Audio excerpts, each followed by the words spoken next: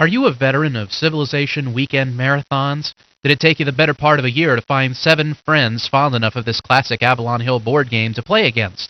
If so, you'll be pleased to learn Avalon Hill and its never-ending quest to turn all of its board games into software is working on a computer version of Advanced Civilization. Of course, Civilization has already been done once. If you're a strategy game fan, the odds are darn good you've heard of Sid Meier's master creation.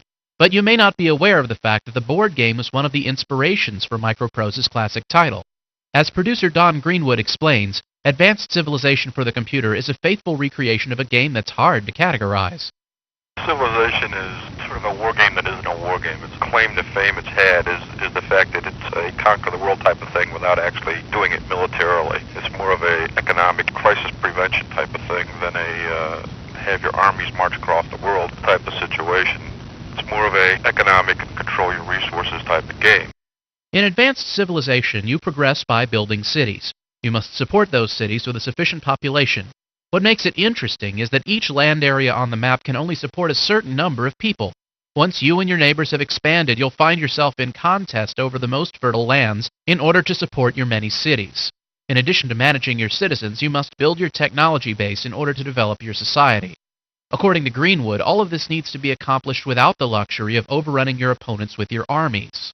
This is a conscious design decision in this particular game by the original board game designer. He did not want a player to be able to, quote, conquer the world. He gives every player a finite amount of resources, and within those resources you have to constantly balance what you have to proceed up the technological ladder towards civilization, rather than just plain flat-out conquering the world militarily. That's why you're given a ceiling on how many forces you can have in terms of military pieces, that sort of thing.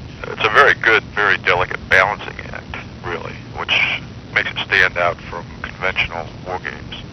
The original Civilization board game spawned a whole cottage industry of add-on sets, including additional trading cards and extended maps. The computer version of the game includes all of this additional material. While the computer version of Advanced Civilization is extremely similar to the board game, it does surpass it in one very important respect.